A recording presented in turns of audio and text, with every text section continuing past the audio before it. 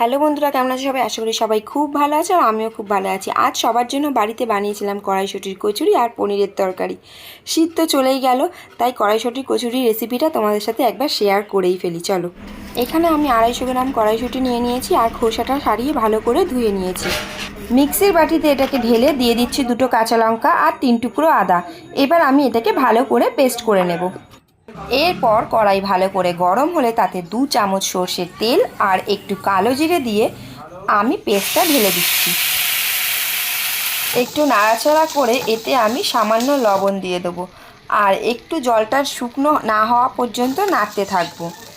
জলটা কিছুটা শুকনো হয়ে গেলে তারপর এতে আমি দিয়ে দেবো 1 চা চামচ মতো বেসন, যাতে বাইন্ডিংটা ভালো করে হয়। এবার আমার কড়াইশুঁটির পুরটা রেডি হয়ে গেছে। কড়াইশুঁটি কচুরি বানানোর জন্য আমি ময়দাটা ভালো করে ময়াম দিয়ে মেখে নেব। ময়দাতে সামান্য লবণ আর চিনি দিয়ে এর মধ্যে আমি দিয়ে দিচ্ছি কিছুটা পরিমাণ সাদা তেল। তেলটা একটু বেশিই লাগবে, কারণ ময়াম দিতে একটু বেশিই তেল লাগে। দেখো, ময়ামটা ঠিক এইভাবে দিতে হবে যাতে ময়দাটা পুরো মুঠো হয়ে যায়। ময়াম দেওয়া হয়ে গেছে, এবার আমি অল্প অল্প জল দিয়ে ময়দাটাকে ভালো করে মেখে নিচ্ছি। ময়দাটা আমার মাখা হয়ে গেছে, এটা আমি কিছুক্ষণের জন্য রেস্টে রেখে দিচ্ছি। এবার আমি চলো পনিরের তরকারিটা করে নিই।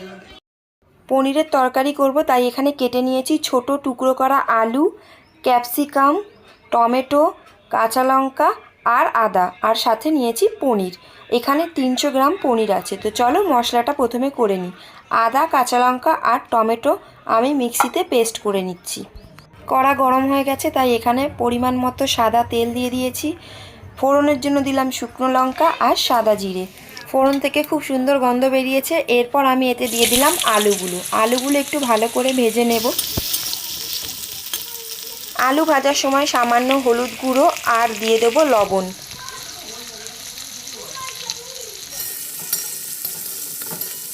আলুটা প্রায় 40% ভাজা হয়ে গেছে। এবার আমি এতে দিয়ে দেবো ক্যাপসিকাম। একটু নাড়াচাড়া করে আমি একটু ঢাকা দিয়ে দিলাম। ঢাকনা খুলে আমি যে পেস্টটা বানিয়ে রেখেছিলাম আদা, কাঁচা লঙ্কা আর টমেটো, সেটাই দিয়ে দিলাম। এখানে দিচ্ছি 1 চামচ জিরে গুঁড়ো আর টেস্টের ব্যালেন্সের জন্য আমি সামান্য চিনি অ্যাড করেছি। মশলা থেকে ভালো তেল ছেড়ে গেছে। এবার আমি এখানে দিয়ে দিচ্ছি সব পনিরের টুকরোগুলো।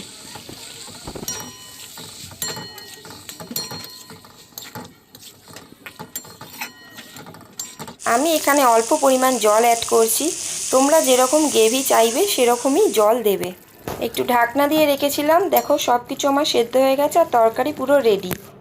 এবার আমি ময়দা থেকে ছোট ছোট লেচি কেটে নিয়েছি আর এতে আমি কড়াইশুঁটির পুরটা ভালো করে ভরে গোল করে নিচ্ছি।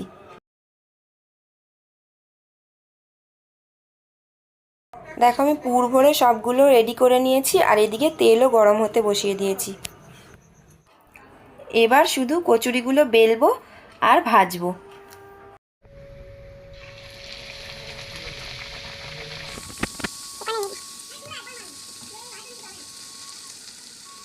দেখো কি সুন্দর কচুরিগুলো ফুলকো ফুলকো হয়েছে।